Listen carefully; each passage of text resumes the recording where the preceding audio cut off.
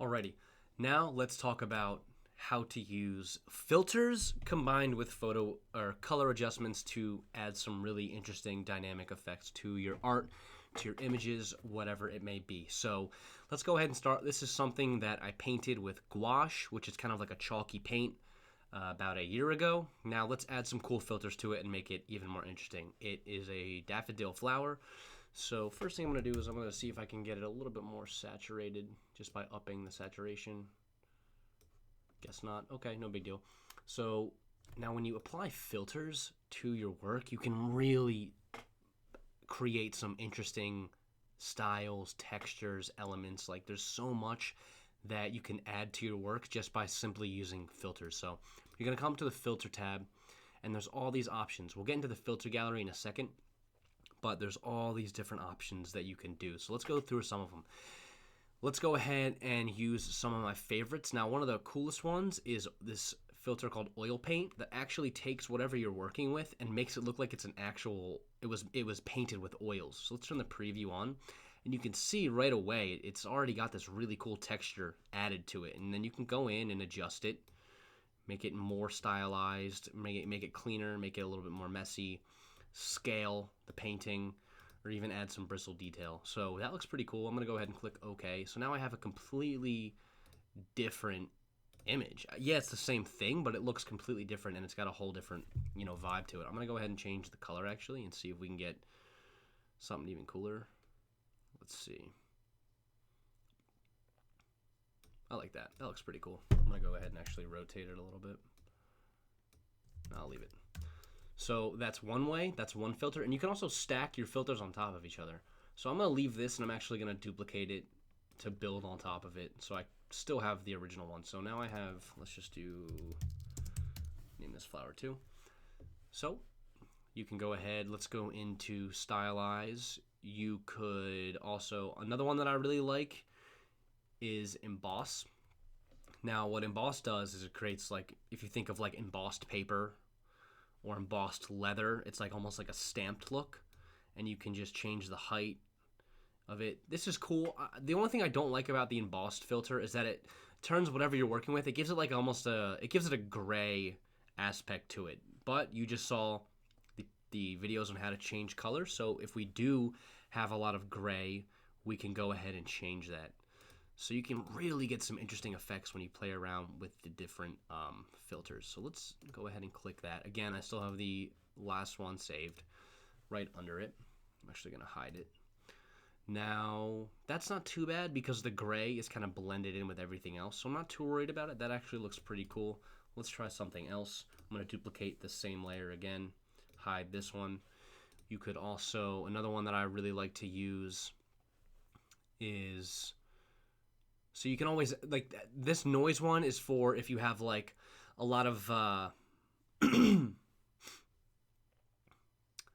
another cool one is crystallize, and you can make it look like it's, here, let's zoom out a little bit. You can make it look kind of like that. In this case, it doesn't really work here. Again, it depends on the elements and photographs and artwork you're working with will determine like the success of the filter. It all really depends on what you're actually working with. So let's leave this here. I want to show you the Solarize filter, and I think this will be a really cool image to show you what that looks like. So stylize, Solarize. Solarize not only adds this cool filter to it, but also changes the color, and usually most of the time it makes the image darker. So a way to fix that is just adjustments, brightness, and contrast, and you can just turn the brightness up, turn the contrast up, and that's still kind of washed out. So you can come up to that same menu and just open up the vibrance tab and really kind of get it back to where it was just by upping the vibrance. And again, there's so many different ways to go about that. So that's Solarize. I really like the Solarize filter. Let's try it on this thing. Let's see what this looks like here. Stylize, Solarize. Not crazy about it. You can always Command I inverts the image. Not crazy about it. So that's a few different ways. Let's open up something else. Here's just some onwards design that I did. Now if I come up to filter, you can distort it. And you can do something like this where you come in with the wave, and you can actually, you could see in this little preview window, you're adding like wavelengths to it and making it like super warped, and it's really, really interesting, the things you can create with the filter tab. So let's just do that, see what that looks like. Yeah, so there you go. That's pretty cool. It's just, again, you just gotta mess around with it and see what works. So what I'm gonna go ahead and do is take this photo of Kevin Parker, front man of Tame Impala, and I'm gonna make some artwork with him just using color adjustments and filters to make a completely new image. Now, I don't own this image. I don't own the rights to Tame Impala or anything like that. It's just for educational purposes, just in case anybody from like the FBI is watching this.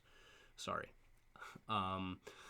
So if you guys are familiar, hold on.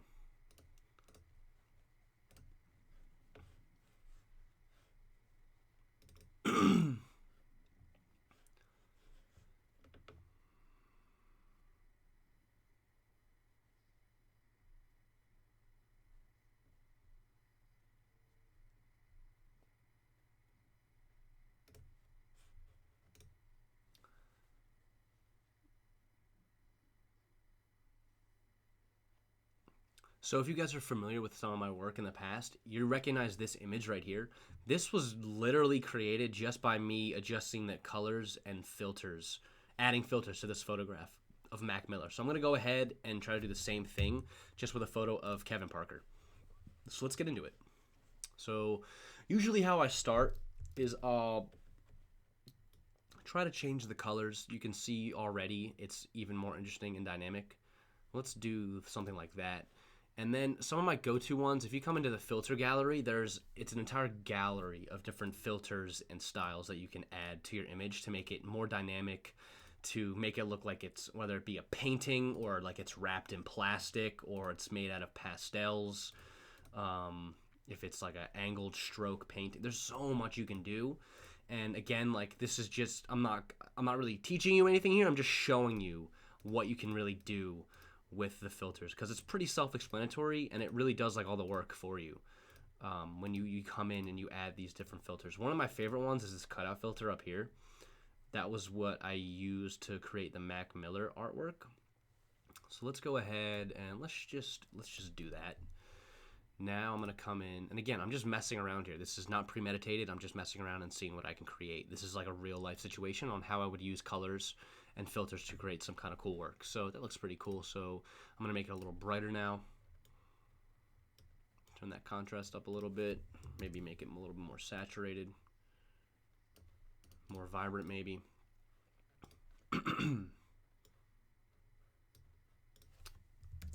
Start to change the colors. That's cool. Now let's just say I want to change the colors of his t-shirt. If you remember me editing the photo of the cat, you can either use a quick selection of the magic wand tool, holding shift to select multiple shapes, Command U, and I'm going to go ahead and change the color of those. Just make it a little bit more interesting. Command D to deselect. Not crazy about this like mustard color, so I'm going to change this as well. You can already see I have something that's really interesting, completely different from the original image. If we go back to the top, it's a completely different than the image I started with. This could go on a t-shirt right now if I wanted it to, but let's keep working. Let's try this. Let's see what it looks like in an oil painting. That's pretty cool, but I'm not gonna do that. You could also, let's see what it looks like when it's embossed. Yeah, see, there's like a ton of gray that I'm not crazy about. But let's just say I do keep the gray, okay?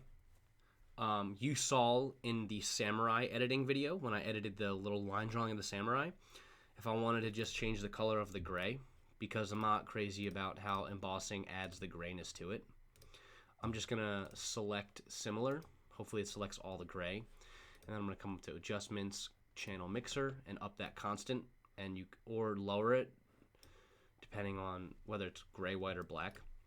And then you can go ahead and change the colors. So you went from gray to color. Not crazy about that, so we're gonna go back. And I actually like that a lot. So I'm going to go ahead and save this. Parker 1. Now let's try to make something else using different filters, different colors. So let's just go right ahead and let's oil paint it this time.